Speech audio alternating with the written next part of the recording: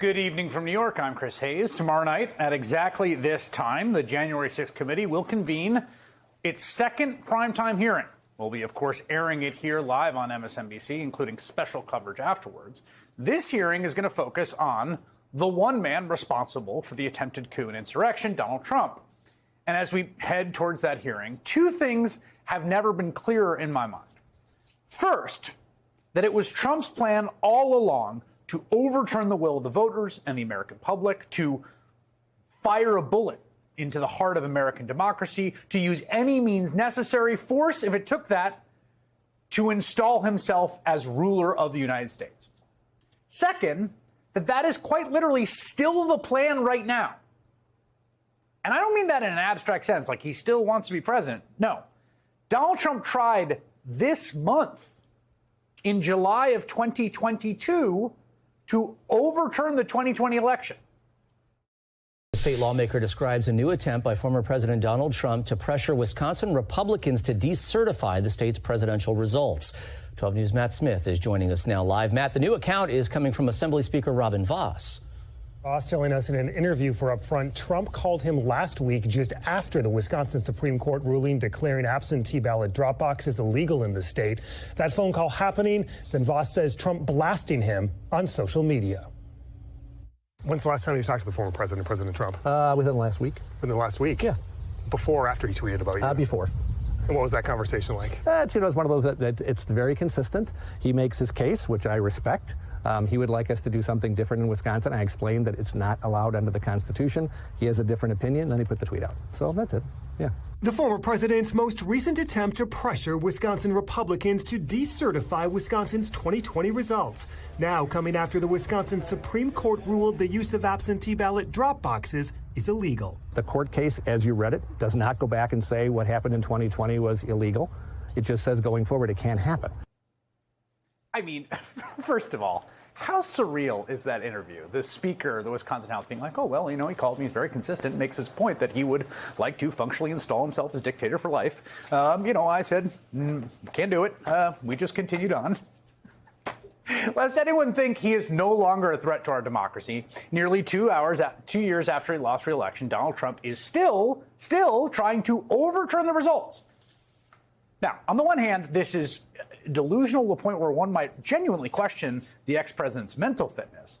On the other hand, in a weird way, it's almost rational. It kind of makes sense from Trump's perspective because he has still suffered no consequence for his attempted coup. Let's be clear. We've said it many times on this show. Donald Trump almost got away with it. If he had been able to go to the Capitol during the insurrection like he wanted, at the head of the armed mob, if he had been able to browbeat Mike Pence into refusing to certify the results, well, who knows what might have happened. So, yeah, he's going to keep trying. That's what makes these January 6 hearings so important, because you have an entire party, the Republicans, as embodied by Speaker Vos there, that just continue to politely indulge Trump's continued anti-democratic cravings in this bizarre, polite, submissive, often humiliating way. I mean, the Republican Wisconsin Assembly Speaker, who you just heard recounting the crazy-ass Trump made to him last week, said, quote, he makes his case, which I respect. I don't respect it. Just me. So, of course, Trump will continue trying because he has not suffered any consequences for his continued attempts. And an indictment of the ex-president from the Department of Justice, though clearly plausible, given the facts we already know. I mean, I'm not saying he would be convicted or it's a clear-cut case, but plausible, right? An indictment is quite far from guaranteed. Although, take a listen to what Attorney General Merrick Garland said today, which makes it sound like the DOJ investigation is ongoing. The central tenet of the way in which the Justice Department investigates, a central tenet of the rule of law, is that we do not do our investigations in public. This is the most wide-ranging investigation and the most important investigation that the Justice Department has ever entered into. And we have done so because this effort to upend a legitimate election, transferring power from one administration to another, cuts at the fundamental of American democracy. We have to get this right. And for people who are concerned, as I think every American should be, about protecting democracy, we have to do two things. We have to hold accountable every person who is criminally responsible for trying to overturn a legitimate election. And we must do it in a way filled with integrity and professionalism, the way the Justice Department conducts investigations. Both of these are necessary in order to achieve justice and to protect our democracy. So that's where the Justice Department is. We don't really know where they are, to be totally honest. But without any real certainty on DOJ indictments, and I think that's just a completely open question, no one really knows, right? And Donald Trump still calling around being like, hey, could we get an election overthrow, fellas? We are left with this committee, with the Select Committee, the January 6th committee, night in, night out, day in, day out, attempting to spell out to everyone just how dire the threat to our democracy was, and perhaps more importantly, how dire it remains. Now, tomorrow's hearing will focus on Trump's conduct during the insurrection itself. We already know a lot about that. Trump wanted to, according to testimony, lead the mob when they stormed the Capitol. When the Secret Service stopped them, again, according to testimony, he seethed and he pouted. It's entirely possible that in that moment, he realized he wasn't going to be able to stay president because he thought if he could lead the mob to sack the Capitol, then you win, right? Of course, that's why he's still trying to overturn the election. Tomorrow night, we're going to hear from two witnesses who both resigned from the Trump White House on the 6th.